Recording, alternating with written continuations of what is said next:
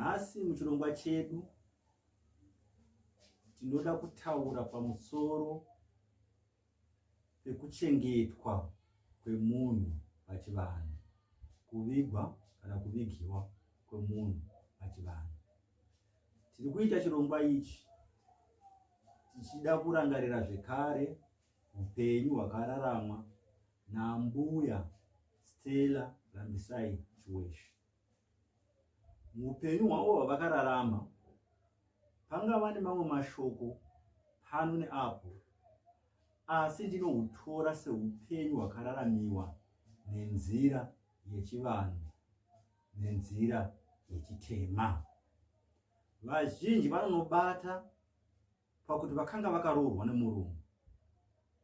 Handisi kuda kupinda munhau iyoyo zvakakura, asi ndoda kutaura kuti Ambuya Stella Chiweshe, varungu vasati vasvika panguva yatingati isiyo upambe pfumi, kwakanga kwatiwa nevamwe varungu vakaroora vanhu vatema. Tine madzimambo wedu zvakare kubva kuRozvi State, tozosvika kuNdebele State, tozosvika kuMaungwe State. Tine madzimambo akaroora vechichena vati varungu. Nhau iyoyo ingazova nhau yemwe musi yandisida kubata nhasi, asi ndinoda kuti kuroora kana kuroorwa nemurungu nemuchena handizvo zvingatibvisa pachivanhu chedu, seupenyu hwakararamiwa naAmbuya Stella Lambisai Chiweshe, upenyu hunoyemurika panzira yechivanhu, patsika dzevatema. Asi tinoda kunyatsobata nhau yakunonyanya kutaurwa mazuva ano pamusoro pavo. Tinovaziva kuti vakanga vari muridzi wembira, vakaridza mbira zvine mukurumbira, vakakwanisa kuenda kunze kwenyika, vakaridzawo kunze kwenyika, vasingaridzi zvechirungu, vachiridza mbira dzevadzimu. Tinoda kuzvirangarira izvozvo kuti munhu akafamba kunze kwenyika akaita zvinoshamisa, zvikamupa zita nemukurumbira nekuridza kwake mbira dzevadzimu. Asi tine nhaurwa yekuvigwa kwavakaitwa, yekuchengetwa kwavakaitwa vashayika, nhau inova iri kutekeshera, nhau yekuti Ambuya vakavigwa nerupasa, Ambuya vakachengetwa nerupasa. Zvinombofamba sei? Ndo nhau yatoda kuti tibate nhasi, tikurukure pamusoro payo, tione kuti zvinofambiswa sei pachivanhu chedu. Nhau iyi yaimbofamba sei? Ndo nhau yatoda kukurukura nhasi. Nhau yerufu hatitangiri pachivanhu panhau yekungochengeta munhu chete. Tinoda kutanga kuti tione kuti zvaiitika kana munhu achinge ashayika, nemafambiro aitawo shoko, nekugadzirwa kwaitwawo paguva remunhu, nezvaizoitika kana munhu achinge achengetwa. Ndo zvatingada kuda kutarisa zvimwe zvatichabata nhasi, titaure pamusoro pazvo, tiona kuti makareko varungu vachena vasati vanya neupambevhu neupambe pfumi zvaifambiswa sei. Tiri kutaura makore before colonization, tisati tapinda muchitendero chechikristu. Vatema vaizvifambisa sei panhaurwa yerufu? Ngatitangei pakushayika kwemunhu. Munhu achinge ashayika, munhu aiti kana achinge ashayika, panga pasingangomanyiwi kuridza mhere sezvinogona kuitika mazuva ano, kuti munhu achingoshayika otonzwa mhere yakurira. Izvi zvinoitwa nepamusoro pekuti takurarama mumadhorobha. Makare kare munhu achinge ashayika, chekutanga chaive chokuzivisa sabhuku, zivisa samusha, kuti ndiwo matambudziko atiwira. Chero munhu akashayika pakati peusiku, shoko raitanga kusvika kuna Sabhuku pasati paridzwa mhere. Ndicho changa chiri chivanhu chedu.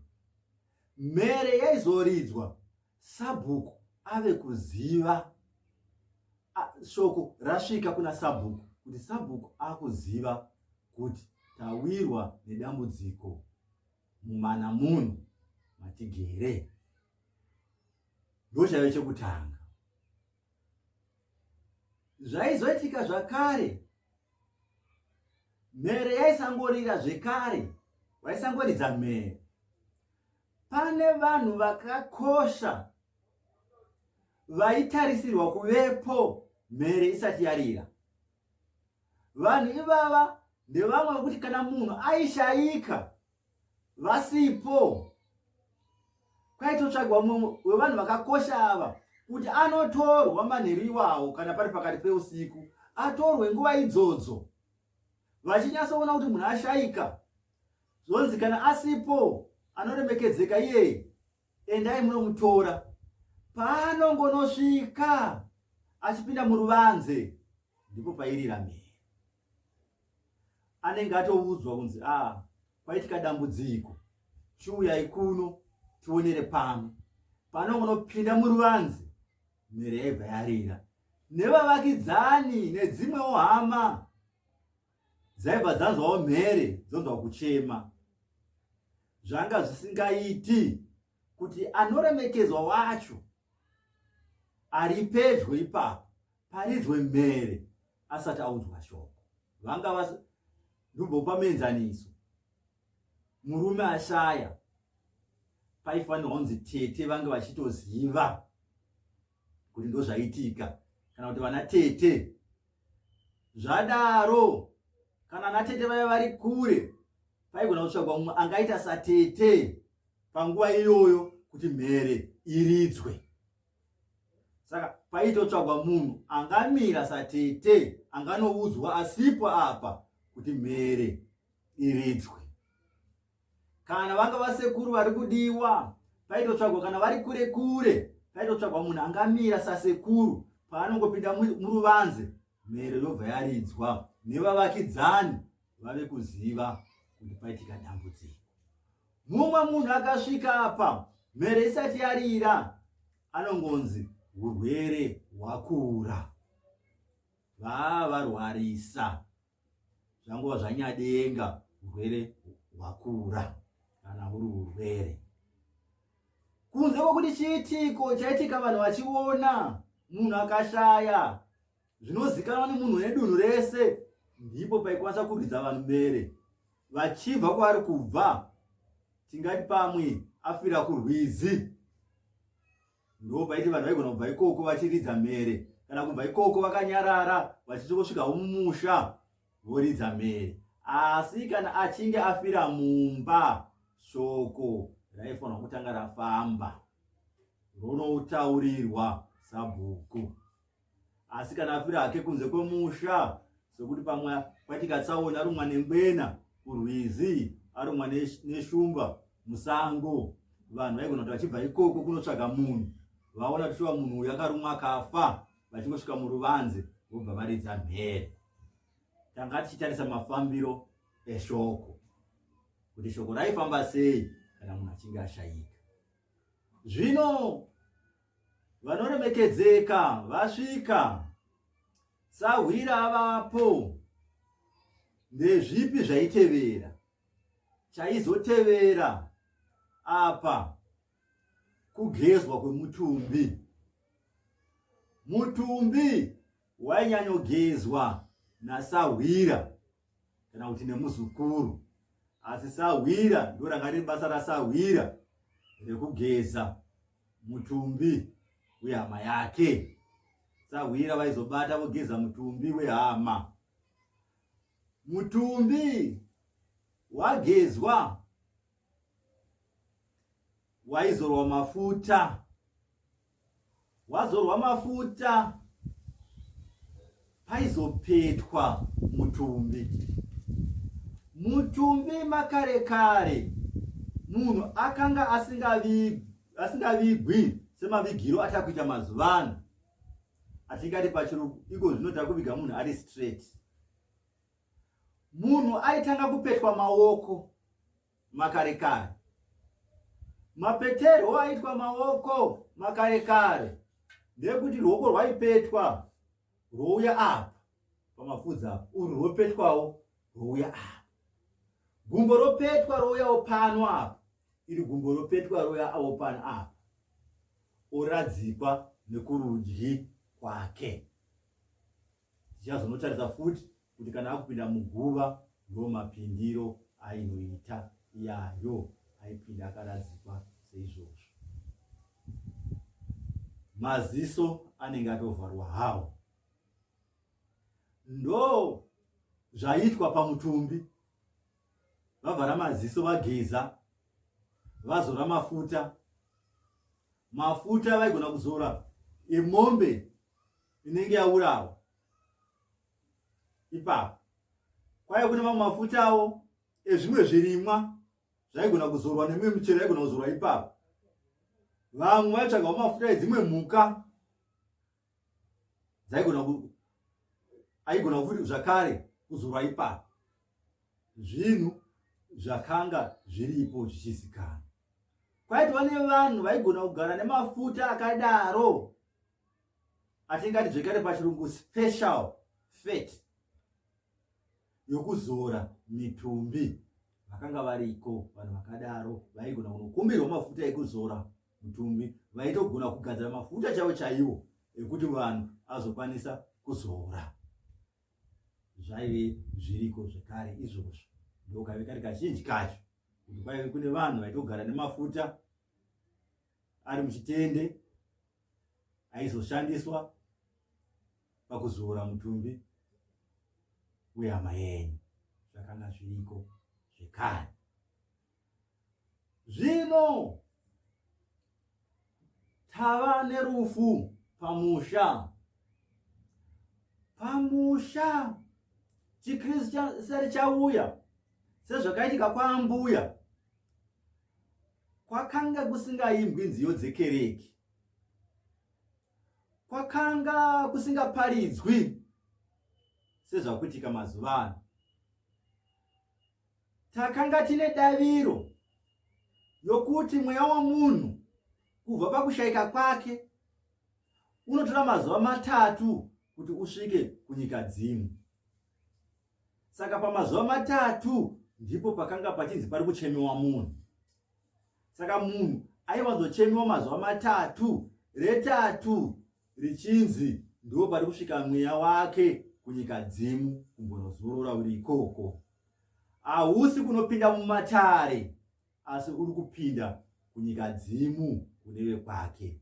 Hausati watambirwa mweya uyu mumatare. Kuva kunyika dzimu zvakasiyana nokupinda mukati mematare.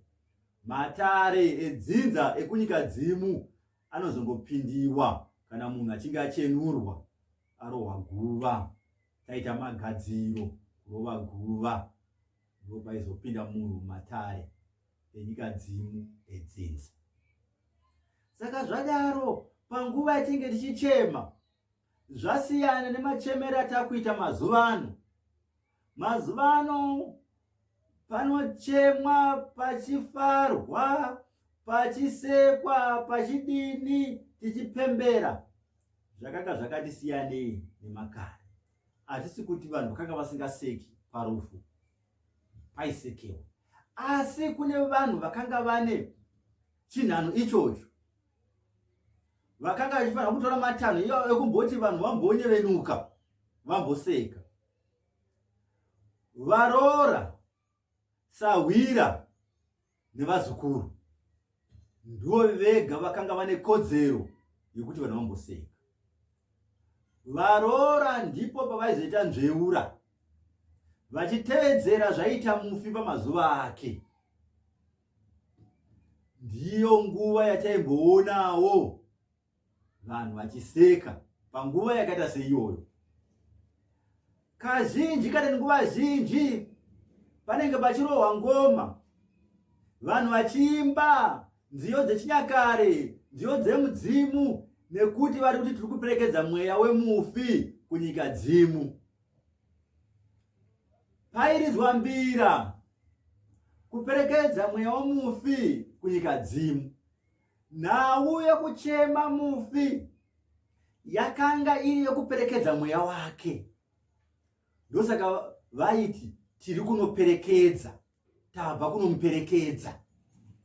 Nhau yekuchema yakanga iri yekuperekedza mweya wemufi kuti usvike ufambe zvakanaka, usvike kunyika dzimu. Ndo zvaivepo ipapo. Mazuva ano hedu tava nemagitare. Mazuva ano takuparidza tichiti takuparidzira vapenyu. Mufi hachina basa nezvake, afa hana chaanoziva, takuda kunangana nemi vapenyu, toparidzira vapenyu. Pachivanhu mufi mweya wake unoperekedzwa kunyika dzimu, nekuti hatitendi pachivanhu kuti afa arova. Chinorova mabasa ake. Patinoti kufa kwangu zvarova, chinorova zvinhu zvandakandiita zvakanaka zviya. Kana ndanjiridza ngoma zvarova, kana ndanjiridza mbira zvarova, kana ndanga ndiri murimi ndichirima zvarova. Asi ini handina kurova. Mabasa ndiwo anorova, ndiwo anoenda. Mweya uchadzoka semudzimu. Ndo zvatinodavira izvozvo. Saka ndo zvaizoitika apa. Vanhu vochema vachiperekedza mweya wemufi kunyika dzimu. Ndizvo zvatakaona zvichiitika zvekare parufu rwambuya Stella Rabisai Chiweshe. Vakaperekedzwa nengoma nembira, vachiperekedza mweya wavo kunyika dzimu. Zvino taridza ngoma, takuchida kuti tichinochengeta mutumbi wemunhu.